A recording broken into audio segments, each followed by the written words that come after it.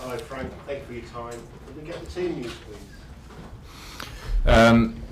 N'Golo Kante has got an injury that he's carried all week, so we're going to assess that over the next 24 hours as to whether he's fit.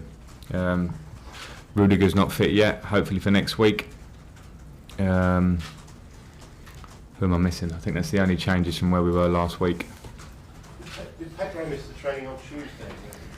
Yes, only because we had, as we know, a busy week and 3 games of which Pedro contributed a lot physically and had a couple of small aches that were nothing but as a precaution to take him out of a couple of days, and he's trained the last 2 days. So if you were a betting man, would you put odds on whether or not it's going to be okay for Kante? I'm not a betting man. And Callum Hudson-Odoi is still after the international break. Yes, yeah. Callum's he's training, he's looking bright and sharp, but we're in the zone now where it's more about protecting him, getting condition and fitness, particularly in the area of the injury. Obviously, he's had quite a long time out. Same as Rudiger slightly. I think you have to be a bit careful. The international break comes at quite a good time for us on both of those terms, and with Reece James. They're all in a position where I hope 2 or 3 weeks of strong training puts them right in the frame to be back in the squad and available. No surprises off the back of the Callum fitness question. I'm asking whether there's any update on his contract situation. No update at all, and I've sort of laid my cards on the table a while ago with it, and it's between him and the club at the minute. Any more out before the end of the transfer window internationally, do you think? Does that cost? We'll see.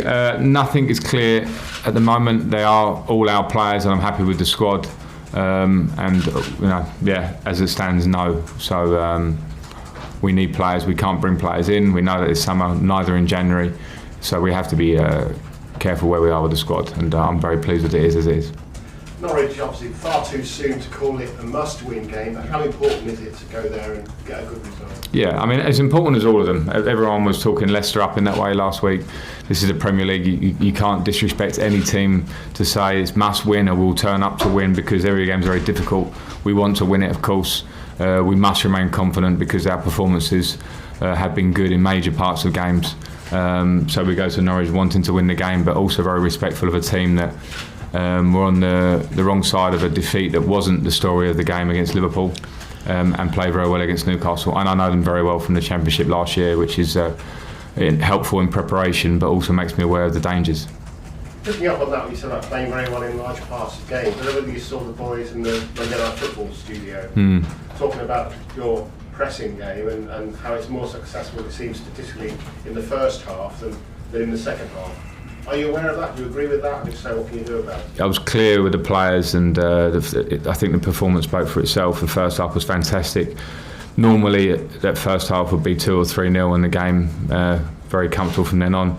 But when you don't take chances, when you are, and I don't think it was just our pressing in the first half, it was our play, our energy in the team as a whole. When you don't capitalise to score those goals, you can become a bit nervy. We did. They equalised, and then we became a bit desperate, which is something for me to address, because I think when you're in the early stages of something and you're changing styles and changing things, there are moments, and it might be a 20-minute patch in a game or whatever, where the players have to believe in what we're doing and keep trying to do the same thing. And I applaud their desire to turn that 1-1 back into a 2-1, but we got a few things wrong in the game for sure, and that will be part of the process, and I've addressed it. John? What's Kante's injury, Frank? Ankle. Yeah, so it's an ankle sprain. I was just to say, you know Norwich pretty well. You must be impressed with how they started the season, and it should be an open game tomorrow. They won't be afraid to have a go at you, I thought. No, they have their style. They stick to it, and I think that's the right way. They came up playing really good football, very good team, very good manager and players, and actually in terms of their recruitment and as a club, they're a great symbol. They're a great act to follow for teams in the Championship. They did it the right way, and I've been impressed to see them carry on in the Premier League with that way, as they should do. They've got players, they've got a belief in the system, and they've started very well. Is there any concern from you that the win hasn't come yet, or is it too early to be worried about that? Always, because you want to win every game. It's Chelsea, so those are concerns. In effect, we've had 2 games in the league One, I thought we actually played well, but obviously made mistakes to lose at Manchester United, which can happen any year. You can play actually really well and lose at Manchester United, and then a draw against a good Leicester team. Now, of course, we want more, but we must definitely not get too on top of ourselves about that, because this is the Premier League. But yeah, we want to win a game, of course.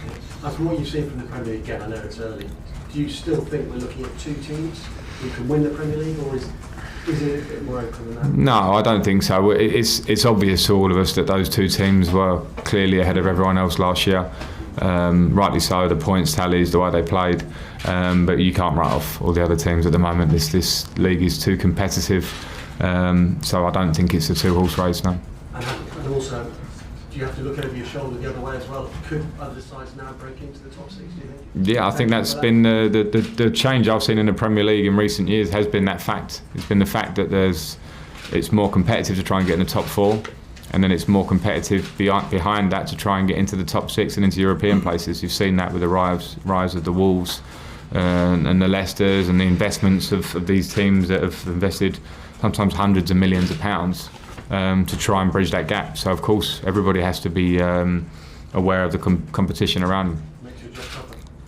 Yeah, I think so. But you know, that is what it is. We're in the most competitive league in the world, and the job is tough on many levels. But everyone has a tough job in this league, whether you are, you know, Pep Guardiola expected to win every week and win titles every year, or whether you're a manager of a team that is you know, expected or hopeful to just stay up. We all have our own issues. Vi. Frank, you spoke after the Leicester game about needing to have another way of winning if things aren't going your way. Have you had time training this week to kind of work on a plan B or a plan C ahead of this game against Norwich? Yeah, we work all the time on different scenarios and how we play to try and win games. And it wasn't so much as the style of play thing. I mentioned personality after that, and I don't want to mention it in the wrong way, because I'm not talking about a lack of personality. I'm just talking about managing a game, and sometimes that takes a bit of voice on the pitch, a bit of organisation, and we probably lacked that to a degree. But as I say, I think it was something that we all can learn from, and yeah, we've worked hard this week, so we'll be ready come tomorrow. And just a question on Mason, how well do you think he's handled the pressure of playing in the first team, and will his tenacity and his creativity be important from the off against Norwich?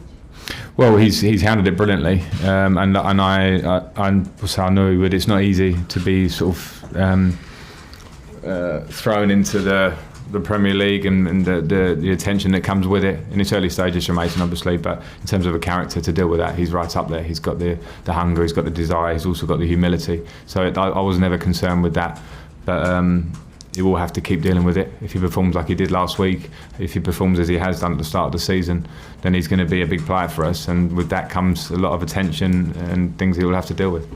At the back on the left. After you, Frank. Just a quick question on Fernando Torres. Obviously, United's retirement from football today. That's striking, you know very well, of course, we can days here.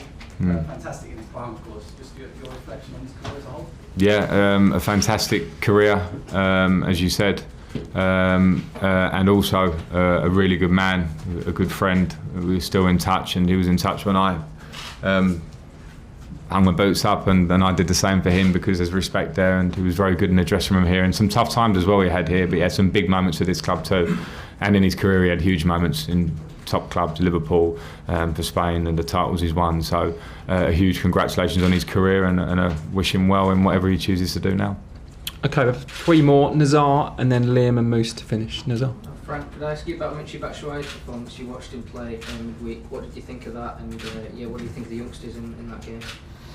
I thought it was a good performance in terms of Mitchy got the fitness work that he needed out of the game.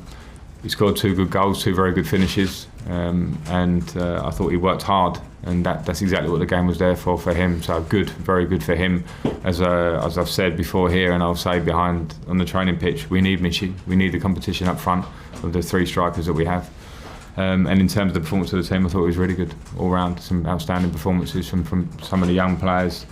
And that's really, really good to see, and hopefully if they keep continuing on that, they can train with us and try and use people like Mason and Tammy and Tamori as examples of what can happen. Is that position need competition, the striking position, like a lot of competition right now in that role?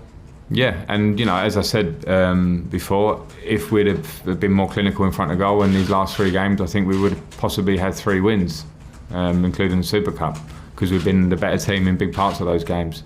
So the competition is there. That's the challenge for us, and that's the challenge for the strikers. And it's not just them. We can score from different areas of the pitch, but of course you do look for your strikers in those moments. And I've got no problems with them. Their attitudes, how they're training, and competition is good. Someone needs to come to the front, hopefully.